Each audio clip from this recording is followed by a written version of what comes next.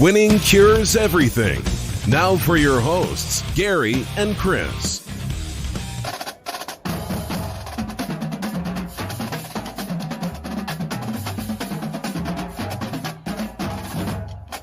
Welcome in, Winning Cures Everything. It is the Friday, August 6th edition of the show. I'm Gary. I'm Chris.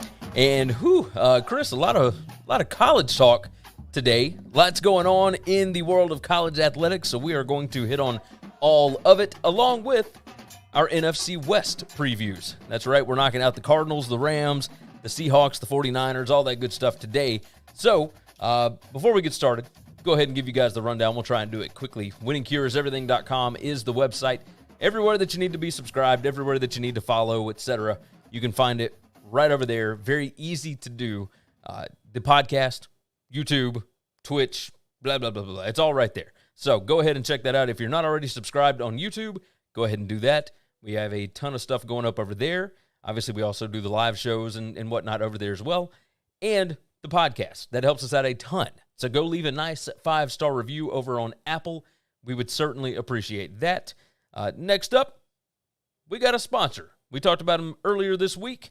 BetUS.com. That is the one spot that you need to be gambling this year. They've already got all of their NCAA football divisions, at least the P5. Once we get a little closer to the season, they'll do some of the G5 stuff. But division winners, conference winners, Heisman, national title odds, game of the year. They've already got game one odds out, all that good stuff, and all the same stuff for the NFL and more. So go ahead and check that out. Go to BetUS.com. Promo code NCAAF125. Go ahead and do that.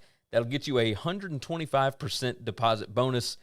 Easy to do. So BetUS.com, promo code NCAAF125.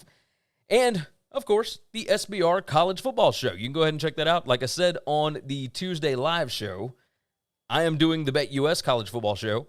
Chris is doing the Sportsbook Review College Football Show. Go to sbrpicks.com/NCAAF, and you can search it out on YouTube. Watch the first episode, Chris. It was good stuff. You and Sam, I enjoyed it. It's going to take a while for me to get used to trying to host. Dude, I think you did a fantastic job. Like you nailed it. I think you're being nice, and I appreciate that. That's it. You know what? It's not just nice. It's not nice if it's true. I think you did really well. They did their Heisman Trophy odds and whatnot. Their favorite picks for that. Go ahead and check it out. I agree with you, Matt Corral. Not enough there, but I do like the odds there. So, like, what is it? Plus 1,600, plus 1,400. Yeah, something like that. Yeah, I hadn't checked it. So I do think Kiffin is a genius. So 100%. Anybody's going to make a Heisman Trophy winner out of somebody that's not expected. Yes, it's Lane. You got that right. You've got that right. So go to YouTube, search out SBR Picks, and you can find the show right there. Subscribe over there. Subscribe to Winning Cures Everything. Subscribe to the BetUS College Football Show. It's all in the description below. Very easy to do. Go click the links. You can do that thing. Also, while you're watching, go ahead and like the video. That would certainly help. We try and get as many likes on these things as possible. Helps out the YouTube algorithm. Helps us out. All that good stuff. Let's dive in. The first topic of the day is, I guess, a hypothetical. I don't know. Mike Vernon said on 610 Sports Kansas City that his sources are telling him it is imminent that Kansas is headed to the Big Ten, likely to be announced within the next couple of weeks. And then he backtracked that and said, let me clarify, I am hearing this is more possible than it was just 24 hours ago. I think there may be some truth to this message board rumor. I am working to find out more. His sources are telling him that it is likely. So, I don't understand it. This is a football move. All of this realignment stuff is football. Like, that's what it's all been. Chris, is there any football reason why you would bring in Kansas? Now, let me go ahead and add to that, by the way. This also comes right before we heard rumors that Miami had reached out to the Big Ten about possibly joining the conference from the ACC. Now, if you're the Big Ten and you bring in Kansas and Miami, okay, because somebody's got to lose, so why not bring in Kansas? But what do they bring to the table as far as value goes when you're looking at your next contract? What do you see in this? I don't know the answer to that. obviously it can't just be football, or else nobody would consider Kansas for anything. Okay, that's the truth of the matter. Yeah. Right. You can be offended if you want, Kansas. You've won like 3 games in 3.5 years. Right. I don't know what to tell you. Okay, you're not good, and you're a long way away from being good. And I don't, quite frankly, know how to make you good. I mean, I think the first step is hiring Lance Leipold. Like, I think he can turn them into okay. That's where we disagree, though. But we saw like a program in the Midwest like that, Nebraska. We saw how difficult it is for them to be successful in the Big Ten, and now you're going to bring in somebody that is significantly worse, that doesn't even understand how to run a football program in Kansas, and you're going to toss them into the Big Ten. This is worse than bringing in Rutgers, right? Oh, a lot worse. Because at least with Rutgers, you get a massive city. Whether TV deals are done that way anymore or not, there are huge volumes of people in the New York, New Jersey area that are invested in Rutgers being good at something. They also have an interest in the Big Ten because the Big Ten has a big footprint in New York and that area. So Rutgers playing Wisconsin and Ohio State and Michigan, all these schools that have massive alumni bases throughout the New York and New Jersey area. That brings a lot of gravitas. There's zero Big Ten alumni footprint in Kansas. Kansas's, extent is basketball and their academic program. Yeah. That's it. And we don't think these deals are being done for basketball or the academic program. So I can't understand. I do find it interesting that it went from being imminent, which tells me it's happening, right? Right. To, now it's just likely. Like I'm hearing it's more possible. possible. Happen. Like, I do appreciate the fact that we started off with a hot take, which I know a lot about, and then we're backing down a little bit saying, maybe one day it could happen. I could see it, at least the craziness is going in the right direction. But you said you think Lance Leipold is the answer. I don't. Well, I think he's the beginning of the process. Like I think he can at least. I don't think that either. I think they're bad enough, and I don't think they're able to recruit well enough because of their location and so many other factors. A lot of it, how much money do they actually put into football and the resources? I really believe that this school, if they want to compete, is going to have to play the game in an unorthodox way. And we've talked about that. Yes. I think your never punt situation is an option. I think your triple option is an option. Running some type of gimmick is the only way they're going to slip up and win 5 or 6 games a year sometime. Yeah. I could be wrong on that. Something could happen massively. They bring in the right guy, and that guy just find a way to recruit in St. Louis and in Memphis and in Dallas and these bigger city areas and get the right kind of kids there. And they turn it. At one point in time, they were the number 1 team in the country, which is. Yeah. I mean, that was just 14 years ago. So yeah, it's strange, but it's just one of those things where I just can't imagine that ever happening again. They've been so bad for so long. I think the first building block towards this being at least a competent program is bringing in a coach that knows how to win, right? That understands how to develop players, because that's what Leipold did at Buffalo. That's what he's always done. He doesn't always bring in the best recruiting classes, but you can at least bring in guys and develop them up. And then once every 4 years, when you got a whole crew of seniors that are really, really, that have been developed well and whatnot, you hit on like a good 8-win season, right? Like that's what I'm. Do you think there's any world in which in 4 years Lance Leipold wins 8 games combined? Yeah. Well, that's probably true. That's 2 a year. Yeah. And you think? All right. How about this? Can he win 10 games in 4 seasons? Yes. I just don't. I don't see that. I think so. But hang on now. Some of that's going to depend on scheduling. All right. If they get to like right now, they're going to struggle to beat South Dakota. Okay. Yeah. But like in 2 years, if they schedule 3 also rans and they get those wins, and now they finally at a point where they can consistently beat UMass and UConn, then okay, yeah, can they scrape together 3 wins a year? Sure. But I don't think that matters if the only time can they win 8 conference games in 4 years, in 5 years? Can they win 2 conference games ever? In the fourth season, so 4 years from now. What is the expectation? They win 3 games. The 3 also ran games. They're going to play 3 pay-for-wins. How about this? I think that year 4 of Lance Leipold, whatever, I think that they can make a bowl game in 4 years. And like I said, I'm not asking them to beat Oklahoma and Texas because those teams won't even be there. Yeah. Can they beat Kansas State? Which is a far superior program right now. Can they beat Texas Tech? Yeah, I think so. Let's say somebody steals Matt Campbell away from Iowa State and they go back into the dregs. I hope that doesn't happen, but they go back into the dregs of college football.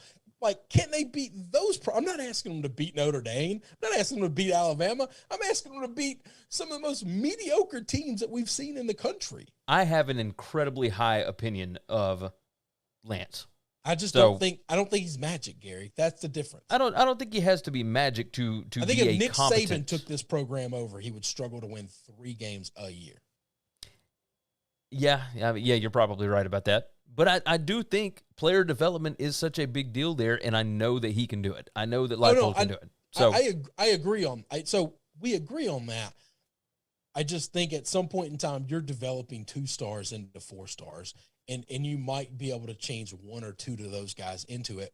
When they step on the field against Texas Tech's got 3, 4 stars. But every team they play is just going to be immensely more talented than them. Yeah, even the mediocre teams that they play going to be far superior than them on talent. Yeah, no, you're right. You're right.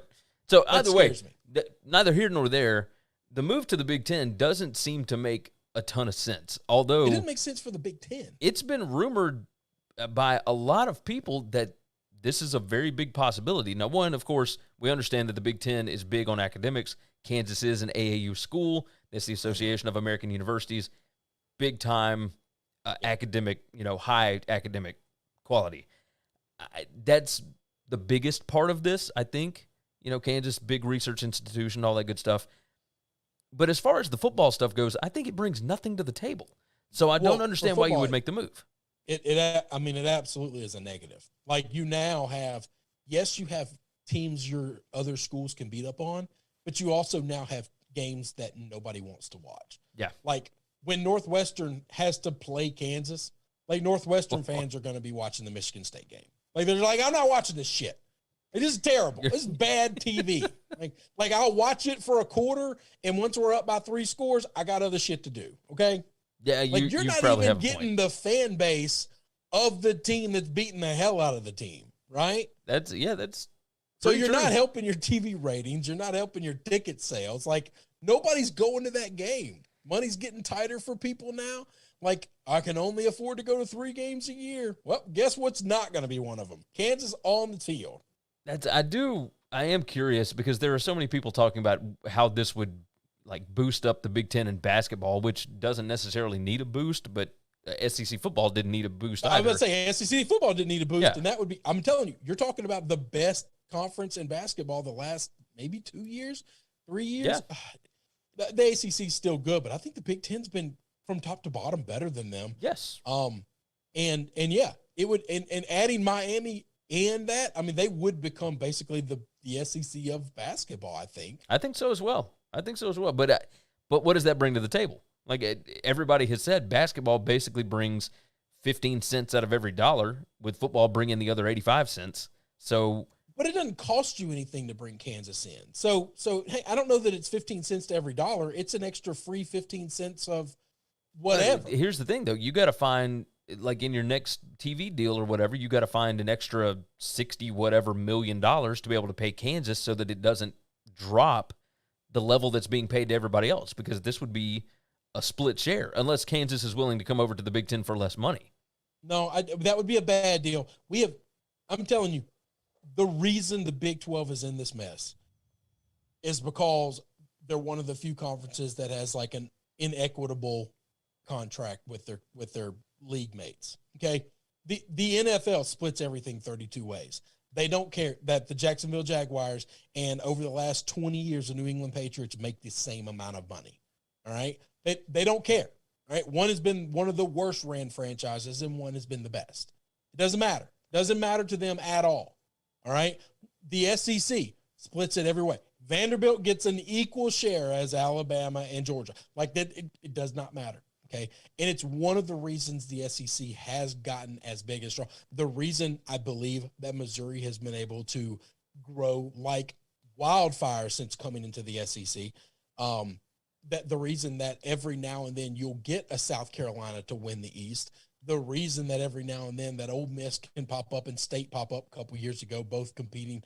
They were both top 5 in the country for a little while. The only way those smaller teams are able to do it every now and then is simply because they make the same amount of money, so they're all putting a bunch of resources in. So the TV money, the conference money all goes to the same pot, and it all gets split up evenly.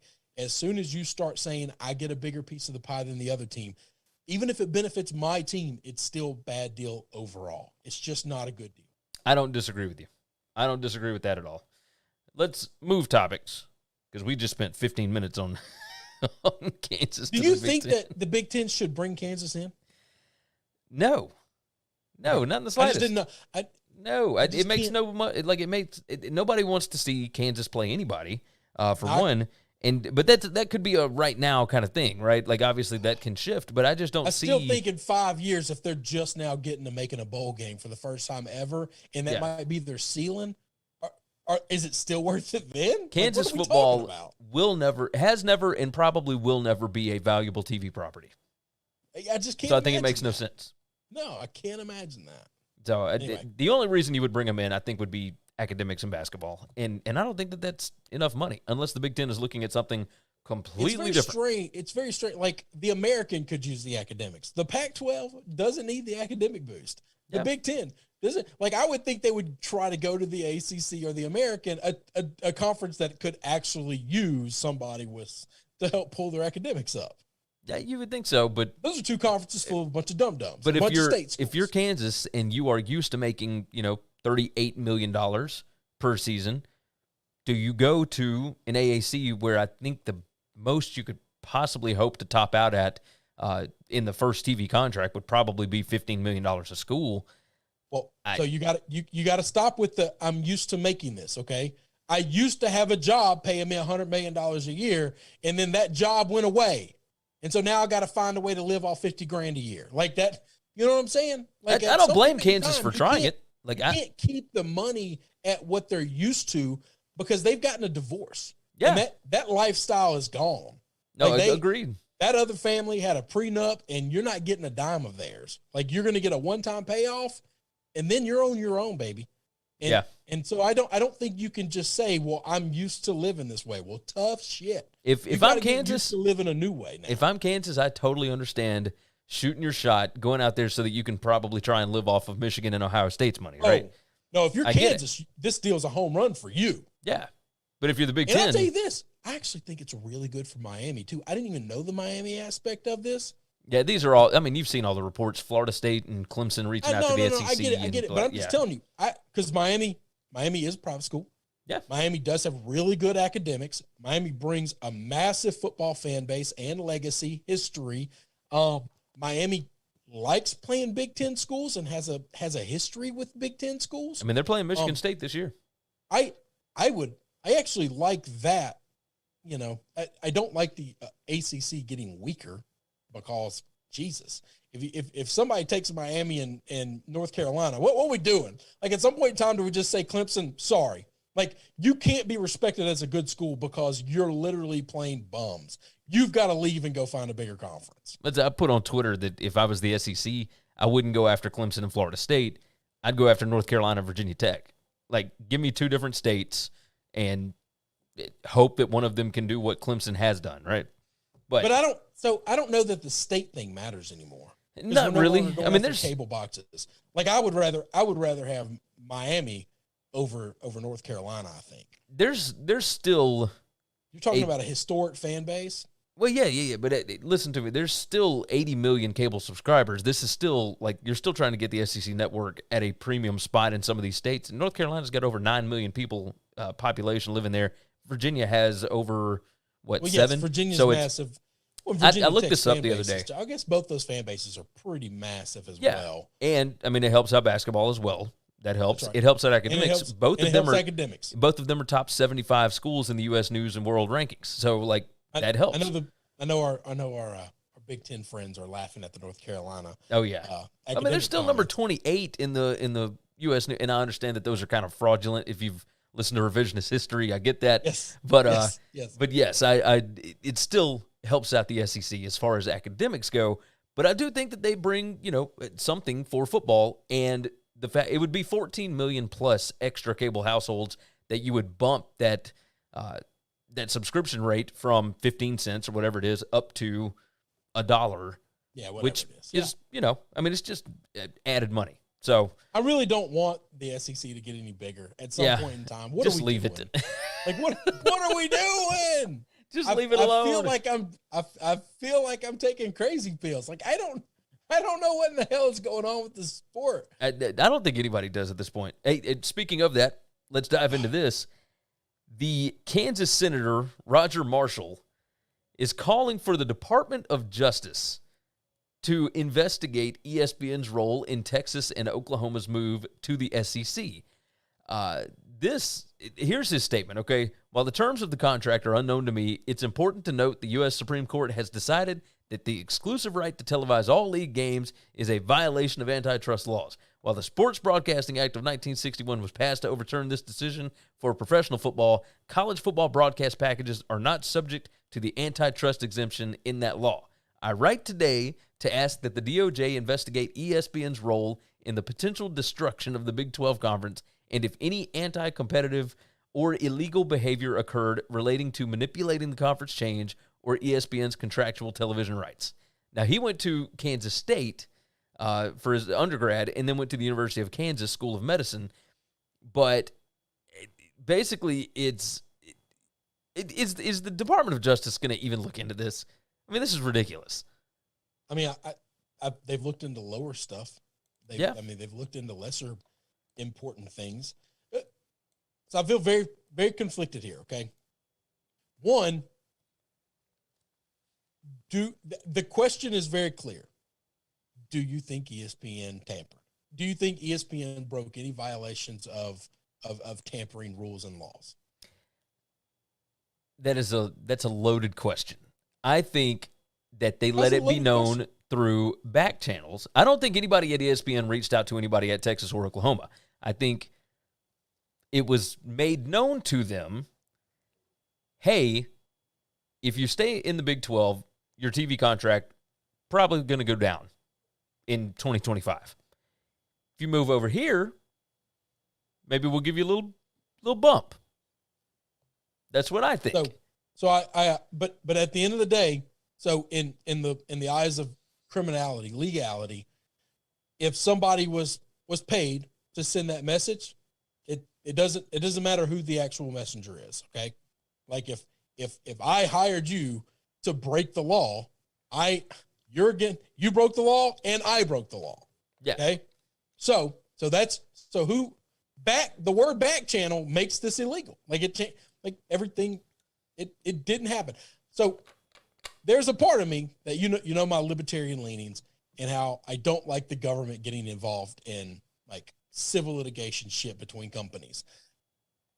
But my issue, this is where I feel conflicted, because the majority of the schools affected by this are all state public schools. Yeah. Okay? So I don't want tax dollars going to investigate this, but I also don't want tax dollars being taken from people because ESPN broke the rules.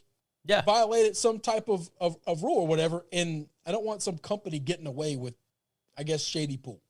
I mean, if you look at it, conflicted.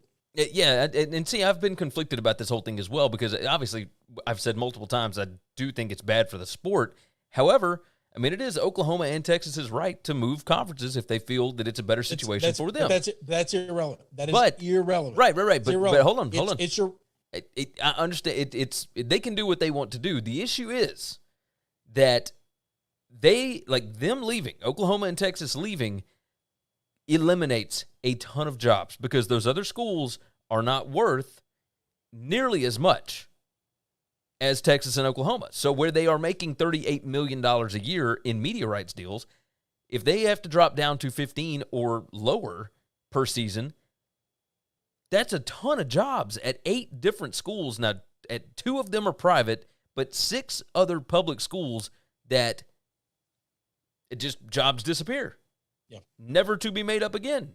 My issue, Gary, is not did they have the decision to make it. It's were they illegally given information that broke the antitrust violation of the clauses of the rules that actually helped them make that decision. Okay.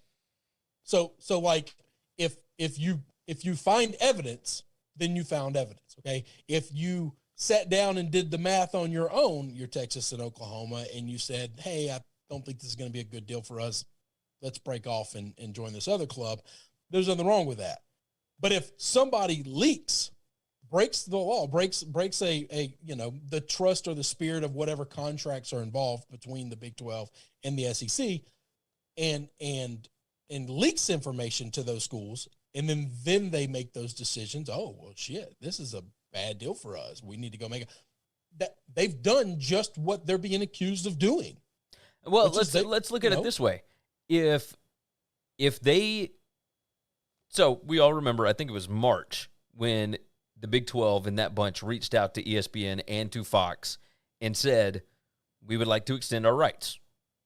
Let's go on past 2025. We want to know where we stand fiscally. We just want to see what's going on.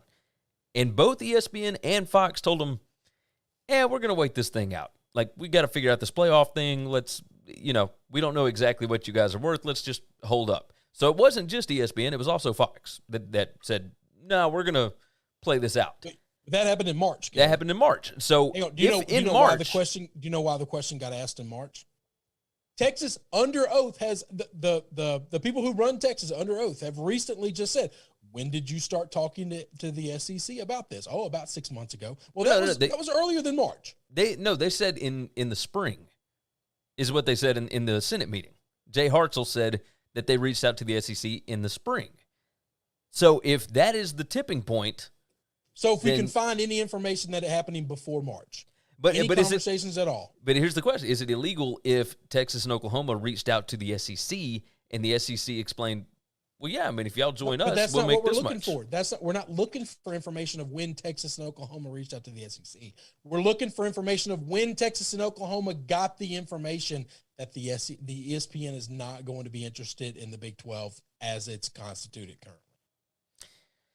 Yeah. And if that happened before March, then we have a problem. Then ESPN absolutely violated these antitrust rules. They absolutely violated the letter of which their contract is constructed. They 100% did this. There's no doubt in my mind that ESPN did this. Okay, they're the only ones that have the most to gain. Always look at who has the most to gain. All right, who had Biggie killed? Yeah, I'm going to tell you who had Biggie killed. Puff Daddy had Biggie killed because nobody in the world grew bigger than Puff Daddy grew. Nobody made more money off of Biggie's death than Puff Daddy. All right? I think he had that I'll Be Missing You song already written before he died. All right. I did not realize on today's podcast that you would be comparing the SEC to Puff Daddy. Follow the money. Always see who benefits from every deal, and then that'll tell you who broke the rules. Or if rules were broken or not. ESPN, does Texas win? Yeah, they win a little. They don't win a lot. Like they're already making between their deals probably around 40, 45 million. That 45 million turns to 60 million. Okay, great. Hey, that's awesome for them. All right. But that extra 15 million ain't going to change their life. They're the richest school in the country. Yeah, their athletic department's already $225 million. I mean, it's... So this isn't about just their money. All right, they didn't do this for the extra $15 million a year. All right, the people who have the most to gain from this is ESPN. Probably that's right. 100% the truth, which is why that's where I'm going to go. Michigan State AD Bill Beekman is stepping down as of, well, he's going to remain in an interim role while they're doing a national search. This is the same role that he was in beforehand. Before hired, right? Yeah, he was an interim before that. And at the time, the president then said, we are not going to go with anybody that's in-house. We're going to do a national search and da-da-da-da. And then, of course, you remember all the Larry Nassar stuff happened and the D'Antonio stuff. and there was just a lot going on around that program. And they said, hey, you know what? Izzo had some issues. A lot of stuff happened there. Beekman's doing a really good job. We'll just keep him in this role. And then you ended up having to make a head football coach hire with him. So he brings in Mel Tucker. And I think, I want to say overpays, but the amount of money that they were bringing in is really not. You know, you just got to pay what you got to pay to get somebody decent. So it seemed strange when I first read it man, he's only been there for 3 years. Like, what is going on here? Now they're going to do a national search again, but he is moving into a new role as Vice President for Strategic Initiatives under Michigan State President Samuel Stanley, according to the university. They said a search firm has been retained to find a new AD. School said more details on the search process will be announced soon, but if I'm a football coach, and my first year was the COVID season, and I moved over after 1 year at Colorado, I would not feel great about this. You know, the guy that hired you is still going to be there, but he's taking a $375,000 pay cut to move into this new thing. I think that there are so many guys. Think about all the ADs that have retired, resigned, all the people that were involved in college athletics that just, after the COVID season, they said, screw it. I would rather take a pay cut than have to deal with this crap again. Do you feel like that's what's happening? No, well, so I don't think this guy wanted the job to begin with.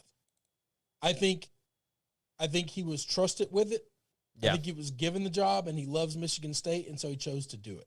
And then this is all speculation on my part. I don't know him. I don't have any inside information. I don't know any of that. I'm just telling you what I think. He had no experience in athletic administration before. He was appointed. I think he was a trusted.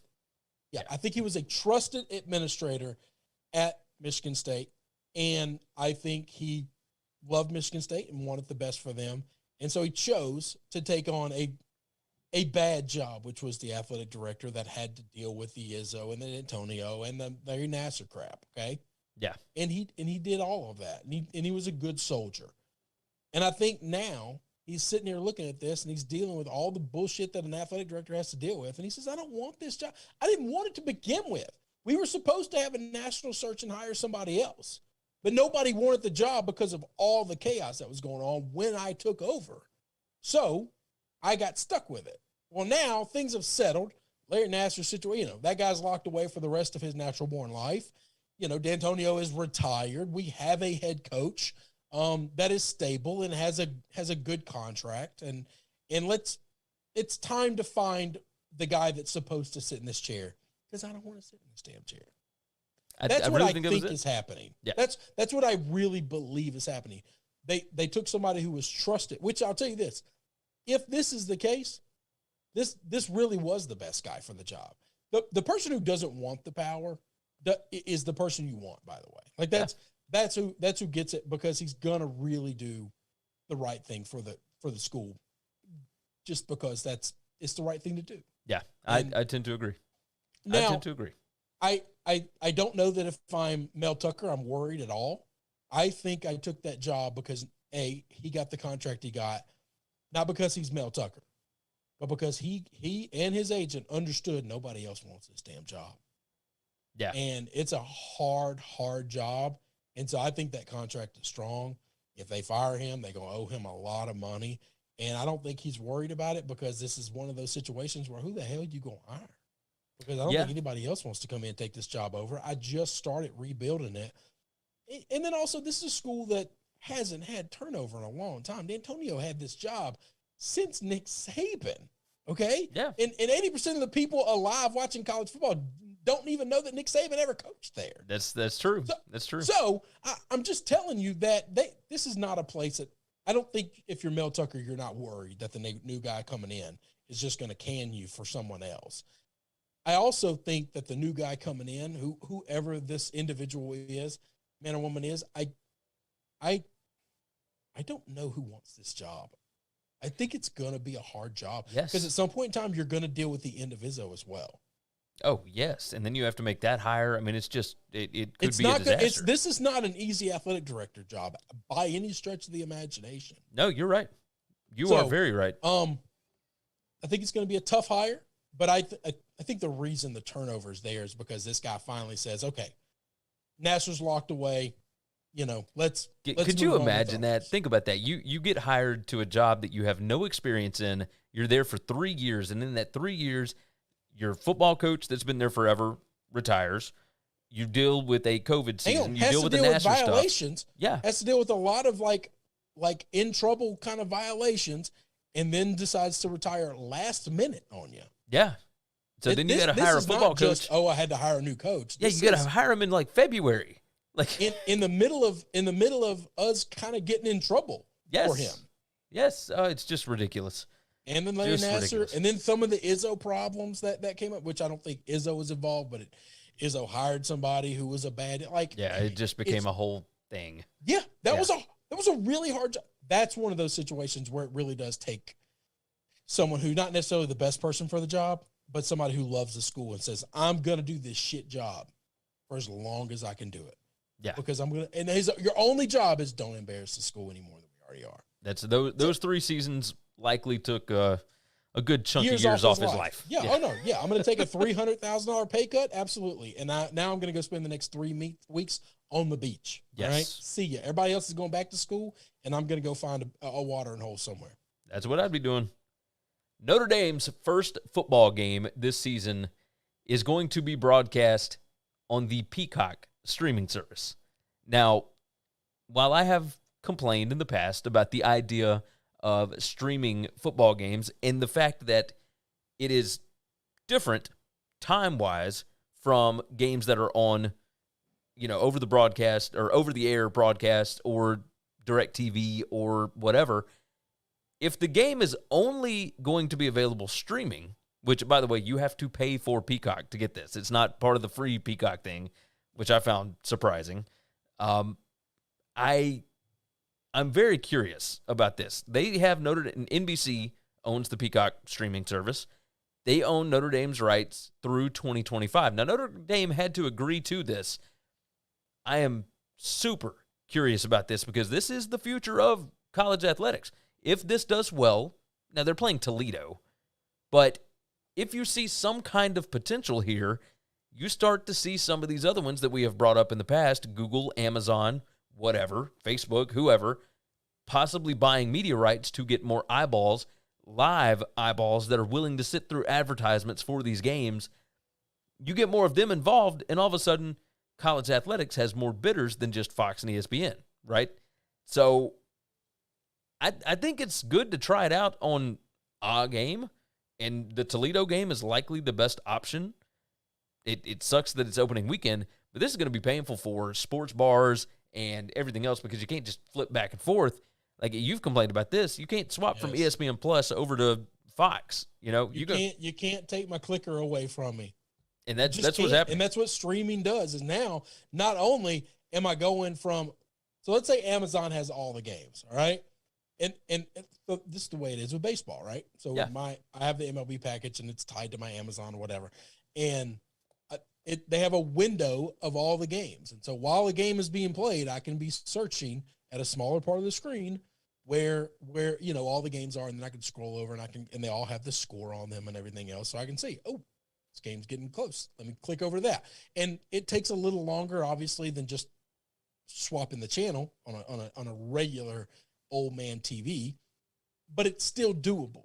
But now if I have to go from Peacock to Amazon to Apple TV to Facebook to what now I'm switching apps. My TV's going, oh God, no, I can't do this. This is what's going to kill me. This is what's going to turn me from a guy who loves sports, loves football, and has spent my entire life loving and supporting the sport, to just learning how to knit. I'm just going to be sitting there with the Great Britain swim guy watching his husband dive, just knitting a sweater next to him. I'm out. I can't do that. I cannot do this shit, Gary. I can't do it.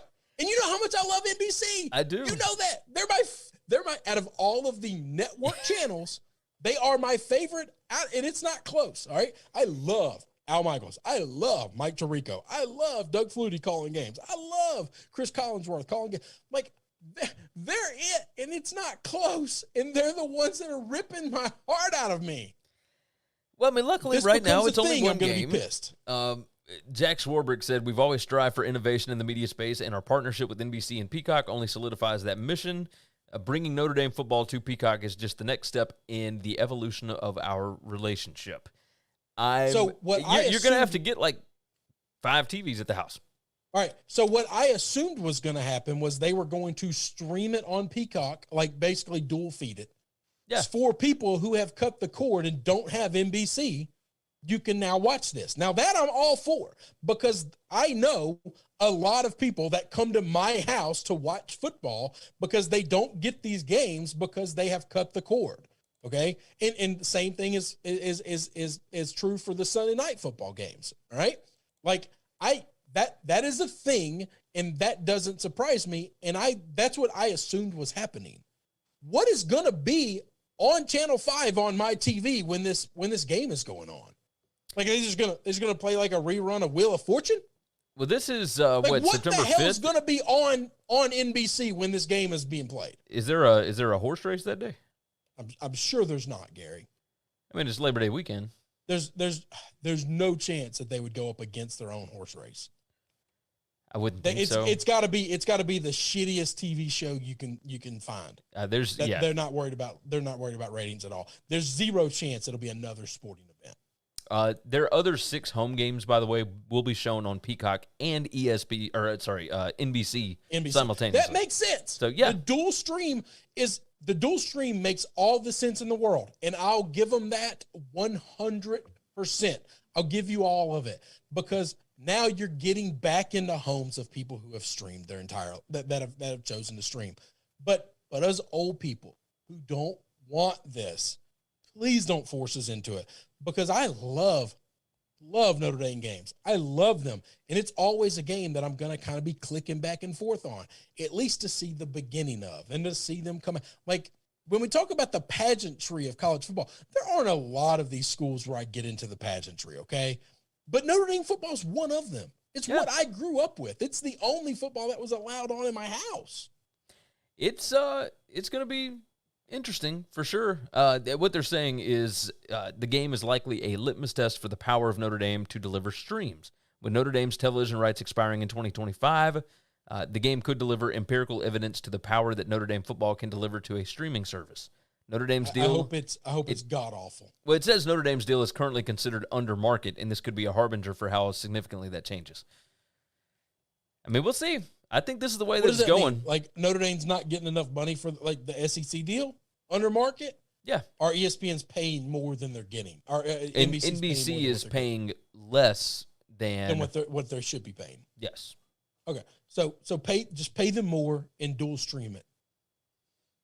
I mean, that would work for me. Jesus, don't take it off NBC. If ESPN if no longer the SEC game is on CBS and then NBC loses Notre Dame, I don't know what to do, Gary.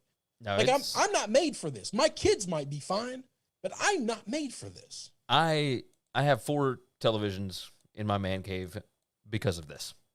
Like, all the ESPN Plus stuff, all the smaller games that I watch. Like, I have a big ass TV. I don't have a lot of little TVs. Yeah. I have one big fucking TV. Yep. Okay? And you want to be able to switch back and forth and do that. I want to watch the game on my gigantic TV. Yes. I just can't do it. It's a pain. It's a pain. This is all of the changing in college football it's going to be what drives me out of this sport. Yeah, I can believe that. I was asked point blank on another friend's show not too long ago, how to get me into college football, because they knew we talked a lot of college football, because I'm only an NFL girl. And I got out of college football a couple of years ago, and I just can't find my way back. And I said, look, I'm going to be a hard guy to tell you that. I love college football, but I like NFL a lot better. I just do. Why? Because they don't do bullshit like this. And if they do it with the bullshit Jacksonville game that nobody cares about. Yeah. They don't take the biggest brand in the entire sport and then say, we're going to do it with this game. No, they would never do the 8 a.m. game, which I love the 8 a.m. game, by the way. They would never do the 8 a.m. streaming on Amazon with the Cowboys. Like, that's not going to happen over Jerry Jones's cold, dead-ass body. Yeah. Well, also over the NFL's dead body because they wouldn't do that. Rodgers not going to do that. That guy's a moron, but he's not. He understands what the brands are. He understands how that works. That's right. Yeah. That's right. That is what you do for the Jags and the Texans. Yes. That is not what you do for the Steelers and the Cowboys. Hey, we are going to have to push the NFC West previews to Sunday. So let's do right quick. I want to hit on this NCAA issue that's going on.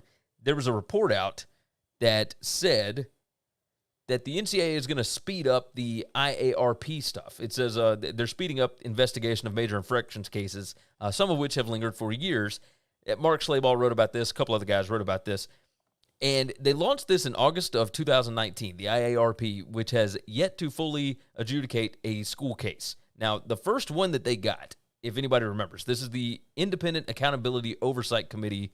They have expressed concerns about how long this is taking. The first one was the University of Memphis, the basketball case with James Wiseman back in March of 2020. And they have not done anything with it. And reading through this stuff, it says the Oversight Committee, which has expressed concerns about the delay in the resolution of cases referred to the independent process, determined that much of the delay is the result of efforts by the complex case unit to reinvestigate cases that the enforcement staff thoroughly investigated, an NCAA release said. Accepting the enforcement staff's results will speed the process significantly without compromising the goals of the independent accountability resolution process, committee members think. This entire time, they have done an investigation, sent over the notice of allegations, went through this whole thing, determined to send it over to the IARP, and then they just restarted the whole process. It's all of these cases, Kansas basketball, LSU basketball, et cetera, all the FBI basketball cases that have been sent over to the IARP, which is the arm of the NCAA that you cannot appeal.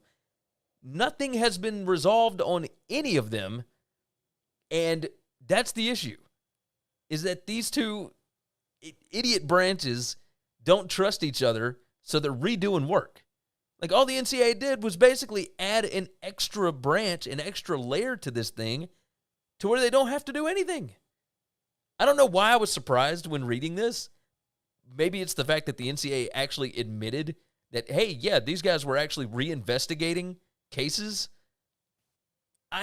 Did you have any thoughts when you saw any of this? Yeah, Mark Emmert's the greatest con man second to Bernie Madoff in our lifetime. I mean, really. Yes. Really, he absolutely is. He's got so many people fooled that he's showing up every day going to work. He puts on a nice suit. Well, he clicks a nice heel on an expensive-ass shoe. He walks up those stone steps every day to his office, and he doesn't do a damn thing. Yeah. I mean, this guy really is just conning the shit out of all these school presidents. The IARP thing initially I thought was weird, because why, if you're going to appeal and then send it over to whatever, why not just send it back to the same guys if you've got different information? But this was, I don't understand this. Like, the delay in these cases was the result of the complex case unit to reinvestigate cases that the enforcement staff thoroughly investigated. Basically, this branch of the NCAA didn't trust the information that this branch investigated. What are we doing? Like, I don't know why I got surprised by it, but I had to bring it up because it's just nuts. The ones that have been brought to it, Memphis basketball, NC State, Louisville, Kansas, LSU, and Arizona. And all of them. Outside of the Memphis basketball thing, which the Memphis basketball thing is irrelevant to, yeah, all of these things are fixed now with NIL. All of these violations happened under rules. This is one of those situations where people like you and me have to answer questions of, what do you do with people who smoke pot? Okay? Yeah, because there was a day and a time where it was a felony. All right? And today it's legal in like the majority of states. Okay? So what do you do with people who did it when it was illegal? I say, let them out. Like, they're exonerated. Okay. It's easy for me to say that because my school is one of these schools in here. But I also have been very consistent about this. I don't give a shit about anybody paying kids, because I think you manipulate and use these kids so much that any money that they made illegally, I'm totally fine with. I'm totally fine with it. When it hurts my team, when it helps my team, it doesn't matter. I've been consistent across the board.